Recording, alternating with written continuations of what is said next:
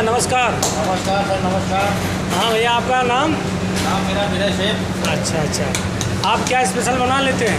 असल में सर जो है काश्मीरी नान लीजिए। हाँ। वेजिटेबल नान रोटी है। अच्छा स्पेशल हमारे यहाँ काश्मीरी नान है। अच्छा, आपके यहाँ लहसुनी टिक्का फेमस है? जी लहसुनी टिक्का? जी, हमारे यहाँ चिकन गार्लिक टिक्का बनता है। अच्छा अच्छा। एक फुल में 16 पीस दिया जाता है। अच्छा अच्छा। और हमारे कृष्णा पैलेस का लाजवाब डिश है। अच्छा अच्छा। हैदराबाद में मशहूर डिश है। और तंदूरी चिकन भी देते हैं? तंदूरी चिकन भी देते हैं। अच्छा अच्छा। तंदूरी चिकन भी बनाते हैं। लाली, हाँ अच्छा। और चिकन मटन बुलाटी कबाब लीजिए। अच्छा, समी कबाब? शामी कबाब, मटन शामी कबाब लीजिए। अच्छा अच्छा। जी अच्छा अच्छा अच्छा। चलिए भैया, हम आएंगे तो ट्राई करेंगे। जी जी बिल्कुल सर, आइएगा, मौका दीजिएगा। अच्छा आपको अच्छा से अच्छा खिलाएंगे, मज़ा आ जाएगा। अच्छा, थैंक यू भैया, थैंक यू।